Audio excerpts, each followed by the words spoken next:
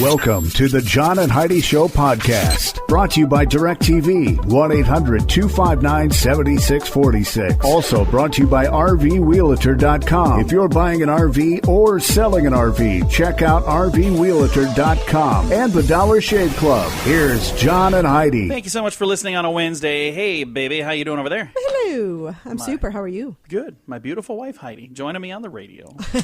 So much fun. Hey, criminals may be coming on rough times, thanks to a new weapon developed for police dogs. It is a muzzle charged with 50,000 volts of electricity. That is awesome. When the powered-up pooch lunges at a bad guy and rubs him the wrong way, he bumps his little muzzle into wherever it is that he puts that muzzle. That is awesome. And there is a shock strong enough to send a 230-pound man airborne with a little stun gun built into a dog muzzle. I love that so much. That's awesome until all of a sudden he, sniffs your crotch and... He's only coming after bad guys. Well, let's hope so. If he's a friendly dog, I don't think that'd be a good thing. I'm just saying. I can see a lot of bad. That could go so wrong. I don't think so. If he sniffs another dog, you think that would work that way? I don't think they probably turn it on until they're like on a chase. I hope so. Like they're going after somebody. That thing's not charged all the time. Yeah, probably not. It's probably turned off. So I don't know. We got an interesting study coming your way. We're going to chat about this coming up on the John and Heidi Show. This portion of the program is brought to you by RVWheelator.com. If you're selling an RV, check out RVWheelator.com. They only get paid if they help you sell your RV. So what do you have to lose? And if you're buying an RV, you got to find the great deals at RVWheelator.com. Now back to the John and Heidi Show podcast. All kinds of studies that we read about here, and there's a recent 9-year study of American cities showing a possible correlation between death rates and air pollution. Air pollution may contribute to 2% of all U.S. deaths. That's about 50,000 people a year that could be dying because of air pollution. Huh. So I wonder what kind of stuff is in the air that's killing people. I don't know. I guess I could read the study. I think I'm kind of afraid to read the study because I'd be afraid to go outside even. I read somewhere that indoor air pollution is worse than outdoor air pollution. Now I'm afraid to go inside. I can't go inside. I can't go outside. Can't go outside. I don't know what I can do. All right, coming up here in a bit, we've got a thing here. Should there be a national day to recognize your hair color? Could be National Blonde Day on the way. We're going to tell you all about this coming up here in a bit. Thank you so much for joining us on a Wednesday. This portion of the program is brought to you by Dollar Shave Club. You can get razors sent to your door each month for just $1, plus a couple of bucks shipping. It's an amazing deal. Log on to dollarshaveclub.com/radio to learn more. That's dollarshaveclub.com/radio. Now, back to the John and Heidi Show podcast. We have a national day for almost everything these days. Yes. So why not a national day for people who celebrate all having the same color of hair? A new activist group in L.A., figures of course it would be there, is demanding National Blonde Day. I've never heard of people demanding National Brunette Day or National Red Hair Day or National Dark Hair Day, but there is now a group pushing for National Blonde Day. Why? Because they want to stop the widespread belief that blondes are dumb and incapable. To destroy blonde stereotypes and publicize blonde accomplishments throughout history, they want National Blonde Day. Now, I will tell you this. I am from a family of blondes, and I don't think that we're any dumber than anyone. Why are you laughing over there? She's smirking already. I don't know what you're Maybe I shouldn't be pointing out my family. Is that what you're trying to say? Just stop it. I didn't say anything. But here's the thing. I don't think the color of your hair has anything to do with anything. It really doesn't. No, I remember agree. a couple of years ago, somebody had posted a photo on Facebook, and it had a picture of one corn stalk. Just one. Like the whole field had been mowed down, but there was one still standing. Corn maze. And it said blonde corn maze. Yeah. And I thought, that's funny. And I posted on there, I said, they could have very easily made this just as funny without offending anybody. They could have had it, corn maze for beginners. Who would be offended by that? They could have done something where it would have been funny without offending people. And you know what? I think some people need to be offended. Yeah. Everybody is so They get, a little uppity once in a while. But sensitive today. But I can tell you, if you were blonde and all your life you heard about, dumb blondes, Lord. you would probably say, you know what, enough is enough. And I think it's interesting. We'll see if this happens. National Blonde Day may be coming your way. I don't know when that'll be. The John and Heidi Show is brought to you in part by the Keystone Treatment Center. This is your brain, and this is your brain on drugs. We share silly stories here on the program, but addiction is no joke. If you or someone you know suffers with an addiction to drugs or alcohol, make today the day you seek help. Go to KeystoneTreatment.com. You can also call Keystone Treatment Center toll-free at 1-800-992-1921. And this is your brain on drugs. A man breaks into prison. Not out of prison. Did we talk about this guy? No, this is a different guy. Another guy breaking into A man prison. got caught breaking into Miller County Jail. He's soon going to be staying there for a while with his own cell in the Arkansas prison. Bob Finley was accused of planning to sell drugs and tobacco to people on the inside. Guards caught Finley using bolt cutters to get through the chain-link fence that surrounds the jail. Prosecutors say Finley had cocaine and marijuana on him at the time. In 19 years of prosecuting, you always encounter cases that make you just say, I think I've seen it all, until I saw this one. Deputy Prosecutor Carlton Jones said, it never ceases to amaze me. Finley was found mentally competent and will stand trial following a psychological evaluation. So, Wow. yeah, he was going into the prison because he thought, hey, these guys, I got a captive audience. I'm going to sell them my drugs in the prison. Well, he's going to be there. He's just not going to be selling drugs. Thank you so much for listening. We've got a fun story coming up here about a lawsuit. That's on the way.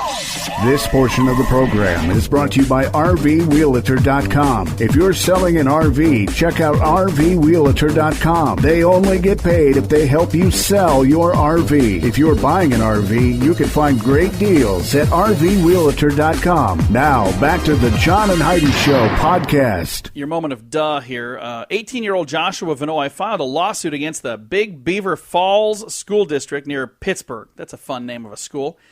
Here's why. For the disruption of his high school years. Joshua says he and his family were actually forced to move to another school district because Joshua was being too harshly taunted by classmates. You know what he did wrong? What? It all started a year earlier, the little incident just before the Denver-Pittsburgh game when Josh decided to wear a Broncos jersey to school. Yeah. He was forced by one teacher to sit on the floor and endure paper wads being thrown at him. Oh, my gosh. That's not good. Because he was, according to the teacher, a, quote, stinking Denver fan.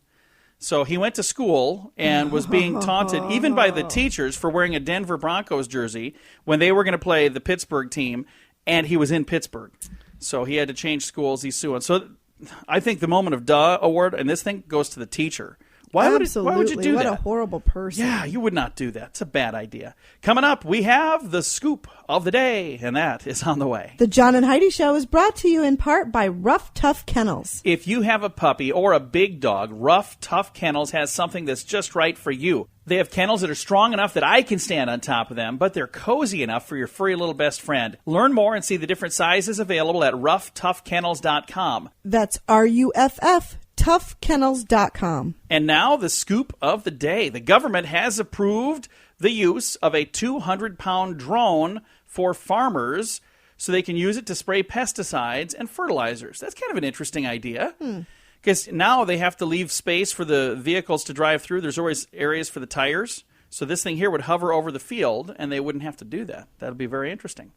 Also in the news, a father and son duo stands accused of stealing over $70,000 worth of health and beauty products. The Oregon pair are said to have stolen items including Rogaine, razors, and pregnancy strips from stores in several states across the Northwest. So they were stocking up for something. Not exactly sure what kind of party they were going to. A recent accident in Germany is a good reminder of the importance of those caution student driver signs.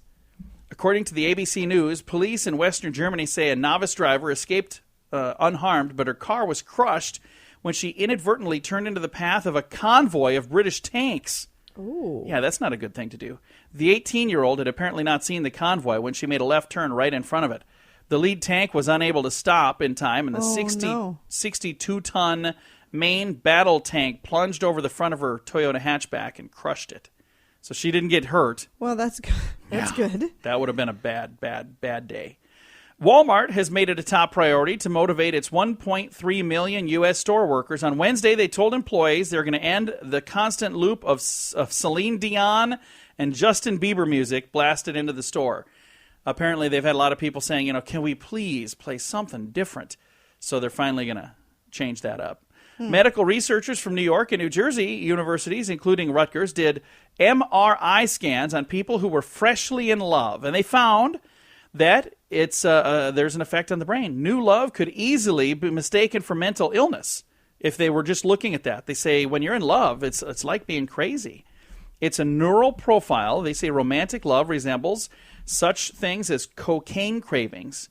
It appears to be a blend of mania, dementia, and obsession, causing behavior like compulsive phone calling, serenading, yelling from the rooftops, and showing up at the gym every day because your loved one might be there. So they're saying that if you're in love, you might just be crazy in love. Isn't that cool? Cool. And according to a report sponsored by the Ulrich Children's Home in Chicago, teenagers feel that adults do a pretty good job at helping them with career counseling, and they concede that adults are fun, but ultimately they feel like adults are lousy listeners. Did you hear all of that, Heidi? I heard that. What did I say? I wasn't really paying attention. Yeah, you're a lousy listener. I think you've dozed off over there today. Are you ready for your strange law? Yes. Voters beware. In Texas, it is illegal to carry a sword or a spear to a polling place. What caused that law to be needed? A sword I can see that. or a spear? But why would you want to They take should one? just say it's illegal to bring a weapon. Yeah, just don't but bring apparently weapons. they had to be specific. Somebody said, well, that's not a weapon. That's a spear. I'm going to use that when I'm done voting. All right, this has been your Scoop of the Day, brought to you by the Dollar Shave Club. You can learn more at dollarshaveclub.com/radio. The John and Heidi Show podcast is brought to you by DirecTV. They have big-time savings going on right now, so you can sign up and save. Get all the details at 1-800-259-7646. Also brought to you by RVWheelter.com. Quite possibly the best way to buy an RV or to sell an RV. They're like a realtor for your RV. Check out RVWheelter.com. And the Dollar Shave Club. Get amazing razors for $1 a month, and for a few bucks more, they'll bring them right to your door. Sign up today at dollarshaveclub.com/radio. Today's a very special day, Heidi. You know why? Why? Because instead of having guest, we have a second scoop. Nice. Yeah, an extra helping of Scoop of the Day. So we're going to just dive right in here. A British company said they did tests carried out on ATMs and public toilets. They found that they contain a lot of the same illness-causing bacteria. BioCoat microbiologist Richard Hastings said, we were really surprised by our results because ATM machines, which that bothers me, it's just ATM. ATM, yeah. The M stands for machine. We understand. The automatic teller machine, as he says, was shown to be heavily contaminated with bacteria to the same level as nearby public toilets. In addition, the bacteria we detected on ATM was very similar to that from the toilet. Oh. So I don't know what people are doing on their ATMs. Maybe they don't know how that works. All right, Britain's National Health Service is using a typist in India to transcribe information from doctors, and there's things getting lost in translation. A diagnosis of the Felbit's left leg was typed out as flea bit his left leg. Oh, my gosh. They apparently didn't quite know. It says here the Eustachian tube malfunction became the Euston Station tube malfunction. The baloney amputation became baloney amputation. So they had his baloney was cut off. A spokesperson for the Medical Secretaries Association said it does seem funny until they mistake 15 milligrams of your drug for 50 milligrams of your drug. So they're gonna work on making sure people understand what's being said a little bit better. All right, Shashawn Jenkins. I've never heard the name Shashawn before. That's kind of a cool name. Shashawn. Shashawn. It's kind of fun to say. Shashawn Jenkins is going to court to get his pot back. 18 pounds. Police seized the weed after arresting Shashawn Jenkins in Santa Rosa, California in October. Charges were dropped after Jenkins' lawyer convinced prosecutors the man was a medical marijuana user and caregiver. A judge in Sonoma County ordered police to return the marijuana, but officers have refused. While California voters approved pot use for medical reasons, the federal government doesn't recognize the exemption. Police contend they cannot return the pot under federal law. A judge has ordered officers to court in March to explain why they shouldn't be held. He's saying, explain to me why you shouldn't be held in contempt. Right. I ordered you to do this, and you're not doing it, so why shouldn't you be held in contempt? So it's interesting when you have one law that says one thing and another that says exactly the opposite. Right. So, interesting. And forger Franklin Woodrick picked the wrong letter to try to cash, or the wrong teller, rather, to try to cash a bad check. Authorities in Ogden, Utah say Woodrick went to the American First Federal Credit Union to attempt to cash a check that he had stolen, proving that he was, not all that smart and really lives in a very small world. The teller happened to be the wife of the man. I think this is a different one because this is recent. Huh. I think that this is another one. So we have a couple people that have done this now. So the teller happened to be the wife of the man from whom the checks were stolen. The teller told Franklin that there was a problem and asked for a phone number where he could be reached. Franklin gave her a phony number. Well, then she tipped off the police. The forger ran out without getting any cash. He was later caught trying to cash the check at another nearby bank branch. So what are the odds of that? Of all the places you could go. What were you going to say? Nothing. Amazing? Is that what you're saying? People are amazing. People are amazing at how brilliant. Yeah. People are, what was it again? Yeah, nothing. All right. Well, that's going to do it for our second scoop for today. Coming up, I'm going to take a look at what we have on the way. It is a Wednesday, and we appreciate you joining us. We've got some special things that today happens to be. We'll be talking about that soon. Also, in the program today, it's amazing what some people do just because of peer pressure. Oh, yeah. I double dog dare you to keep listening. There's some dumb things people will do. Also, we're going to talk about the most popular baby names of last year. You ready for that? Sure. A lot of fun stuff. It's all on the way. Thank you so much for listening to our second scoop on a Wednesday. This portion of the program is brought to you by Dollar Shave Club. You can get razors sent to your door each month for just $1 plus a couple of bucks shipping. It's an amazing deal. Log on to dollarshaveclub.com/radio to learn more. That's dollarshaveclub.com/radio. Now, back to the John and Heidi Show podcast. Today is a very special day, Heidi. You know what today is? What is today, John? Today is Wednesday. It is the 10th day of June, 2015. Today happens to be Alcoholics Anonymous Founders Day. So Alcoholics Anonymous was founded on this date. That has helped millions of people. Has. And I remember we lived in a community where they had the Alcoholics Anonymous meetings in an office right behind a bar, which I always thought was so crazy. I'm like, why would you do that? And then there's another one in another community where it's right like 2 doors down from a liquor store. Yeah. Yeah. I was like, that is just so that's weird. But today I suppose, they're going to have to deal with the temptation anyway for the rest of their lives. There you go. Today is AA Day, so Alcoholics Anonymous Day. And for those of you who've struggled with that and have beat it, congratulations. That's awesome.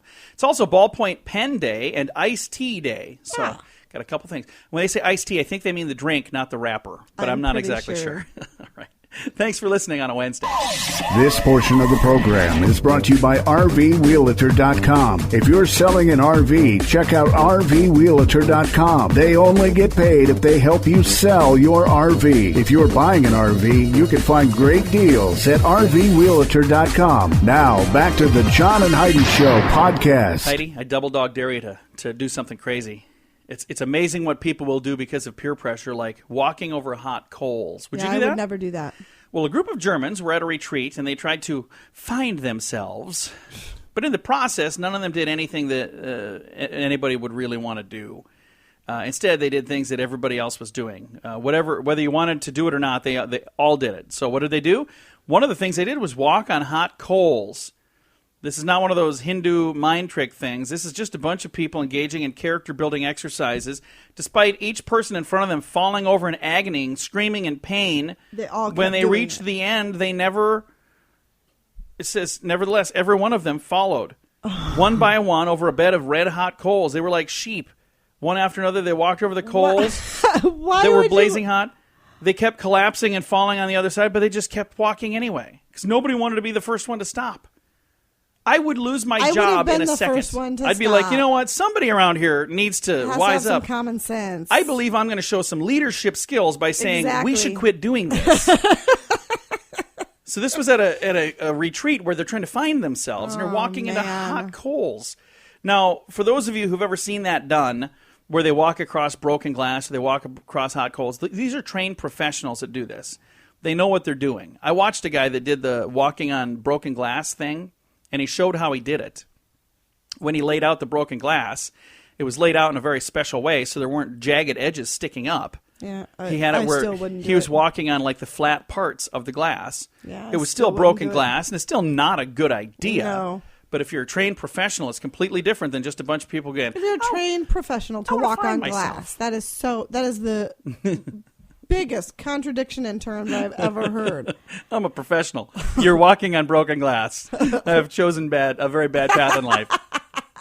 All right, we're going to talk about some popular baby names on the way. This portion of the program is brought to you by DirecTV, 1-800-259-7646. Also brought to you by RVWheelator.com. If you're buying an RV or selling an RV, check out RVWheelator.com and the Dollar Shave Club. Here's John and Heidi. Everybody needs a name, right? Yeah. Otherwise, we'd just be calling each other, hey, you, over there. So when it comes to names, it seems that for some reason we kind of get in the habit of, following the leader and everybody kind of piling on the same names. Right. We go through these loops. My name is John. There's a bazillion people named John. It used to be one of the most popular names. Not a lot of kids being There aren't named as many No. Heidis as... Well, and there's not as many Johns nowadays. So let's talk about the most popular baby names of 2014. They were Noah, Emma, William, Sophia, and Jacob. But there Really? were some less conventional names that made the list, too. According to Nameberry, a total of 1,393 new baby names were coined last year, where nobody named their kid that before. So almost 1,400 first-time people by the name of Ruckus, McKinley, Mickinley, Sad Man, Oh.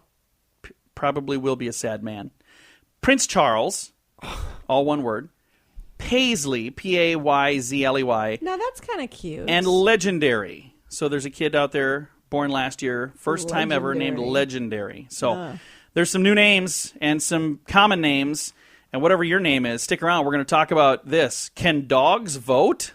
Oh, good Lord. Oh, yeah, it's on the way. This portion of the program is brought to you by the Dollar Shave Club. You can get razors every month for just $1. And for $2 more, they'll bring them right to your door. Log on to dollarshaveclub.com/radio to learn more. That's dollarshaveclub.com/radio. Well, we got another election cycle coming up here before you know it, and I'm sure we're going to have more fun stories like this one. Mabel Briscoe thinks that her dog should be able to vote, so she tried to register her dog to vote. Well, that put her a bit in the doghouse, if you will. A Baltimore area senior citizen is in the doghouse with election officials for registering her dog as a voter. Local authorities were not amused that 82-year-old Mabel Briscoe registered her dog, Holly Briscoe, an 18-year-old, with voting privileges. She's been formally charged with violating election law by knowingly submitting a false registration. She pulled the stunt to celebrate the dog's 18th birthday, but now she gets to answer for it in court. If convicted, Mabel could be sentenced to 5 years in jail and fined as much as $1,000. They need to enforce this with a lot more people. $1,000. That's $7,000 in dog money. Just saying. So this could be a big deal. So as much as I am just joking around with this, it really is not a joke. It's very serious because very serious. If if I had to guess, I could guess which party she was registered and under. I'm not going to let you guess. So I know. I'm with just that, saying. Before I get really uncomfortable, let's just move on. Thanks for listening to the John and Heidi Show. This portion of the program is brought to you by Dollar Shave Club. You can get razors sent to your door each month for just $1, plus a couple of bucks shipping. It's an amazing deal. Log on to dollarshaveclub.com/radio to learn more. That's dollarshaveclub.com/radio. Now, back to the John and Heidi Show podcast. Thank you so much for listening on a Wednesday. Step up and volunteer. You might be helping yourself, too. Do you think it's important to volunteer? Yes. I do, too. I think it is very important. John Hopkins agrees with me. Well, at least his university does. Their study found that when you volunteer to help others, the person who benefits the most is you. An 8-year study of adults found that those who volunteered 100 hours a year were 1/3 less likely to suffer poor health and 2/3 less likely to die prematurely. The advantages of helping others are more than just psychological. Neurologically, the research shows that volunteering improves blood flow to your brain, it wards off depression, and that's been identified as a significant cause of major physical illness. The study also found that the older you are, the more you will gain from extending a helping hand to those less fortunate. So, if you'd like to help out, you might be helping yourself out as well. I remember I worked with a guy that didn't ever volunteer for anything, ever, and he always complained there was nothing to do. Yeah.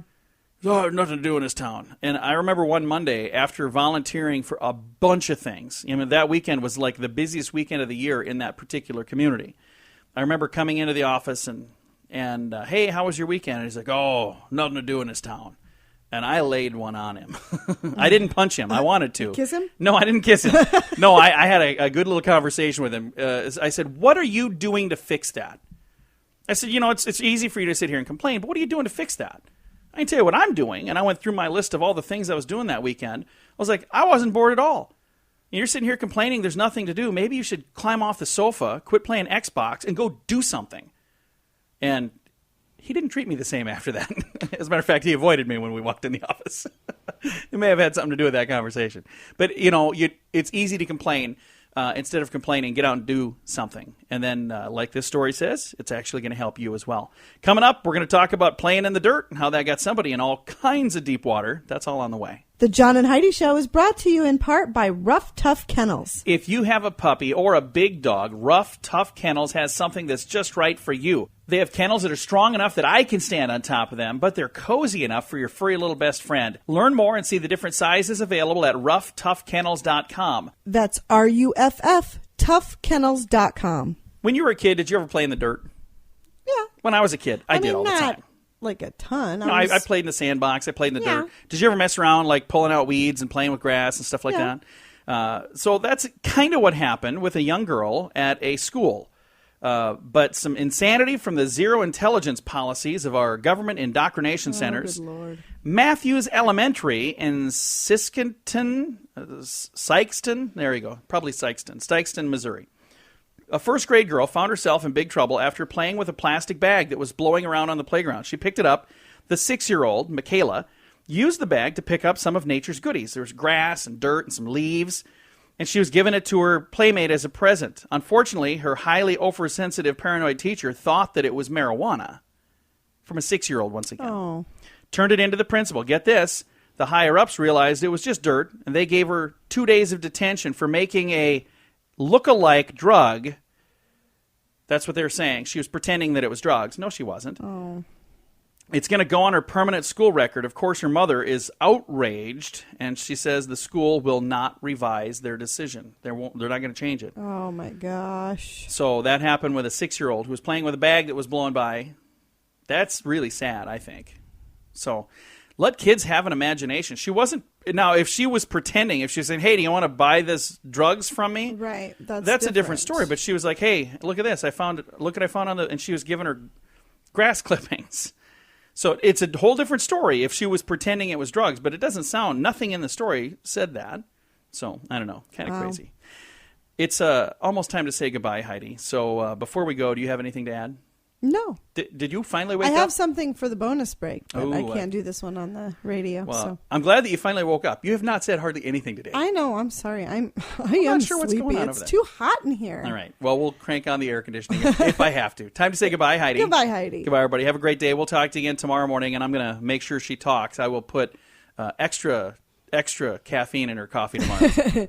It might be an interesting show. Thanks for listening to the John and Heidi Show. Time now for the bonus break. Only available here on the John and Heidi Show podcast. And the bonus break is brought to you by the Dollar Shave Club. They love to give you a little bit more. First of all, they charge just $1 a month for their razors. That's why they call it the Dollar Shave Club. Right. It's a good name for it. It is. Then, for $2 more, they'll bring them right to your door. Now, I still have not asked them. If I wanted to pick them up at the warehouse, is it only $1? I'm assuming it is. But who would want to do that? Right. For $3, they'll bring them right to you. And on top of that, they like to slip a little bonus in the bag every once in a while, in the box, I should say. I'll open up the box and I'll get little samples of hair gel or some different shaving products. They like to let you know the other things they have, so that's why they're the sponsor of our bonus break. They like to give you a little more.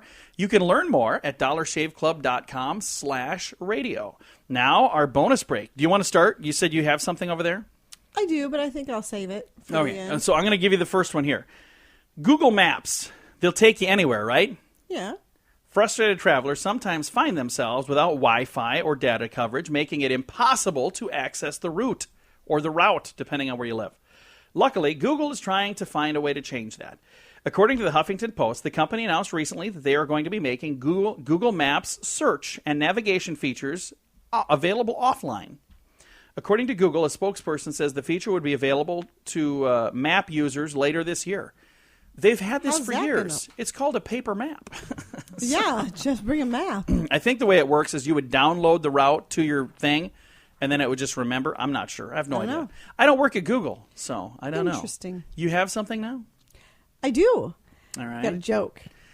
Buckle up, folks. And this one's not too bad. Oh, not too bad. All right. Not too bad. It says, Anna, little girl, realized that she had grown hair between her legs. Oh, boy. She got worried and asked her mom about the hair. Her mom calmly said, "That part where the hair is grown is called the monkey. Be proud that your monkey has grown hair." The girl smiled. At dinner, she told her sister, "My monkey has grown hair." Her sister smiled and said, "That's nothing. Mine has already eaten bananas." Oh, Heidi. What is wrong with you? Hey, I steer the bus in a completely different direction now. This, I think, is an amazing story. A very cool, completely different than what we just heard. If you're expecting that, you're going to be so disappointed. But this is, I think, really, really cool. There was a group of 20 pastors. They were being detained by soldiers. This was in, where was this? In Sudan. All right. They were being detained by soldiers. These pastors were most likely going to be, several of them had already been attacked. And, you know, they haven't been really nice to Christians in that part of the world. Right. So there's 20 pastors being detained, and a swarm of angry bees came to the rescue. Oh. A swarm of angry bees saved the lives of 20 pastors in Sudan. That is awesome. That's a God thing. Yes. These wild bees came out of nowhere. They didn't harm a single pastor, but they attacked the soldiers. Oh, that's hilarious. And they were just relentless until each one of these people that was, you know, they were trying to kill the pastors, they took off. They fled into the bush.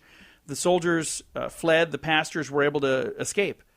So how crazy is that? That's awesome. If there's, you know, a group of pastors there and a group of soldiers, and the bees only stung those guys and let the other guys go free. I just think that's really cool. God is good. That's just amazing. There you go. That's going to do it for our scoop of the day. See, I tried to redeem you, Heidi. Well, thank you. Thank you so much. I appreciate that.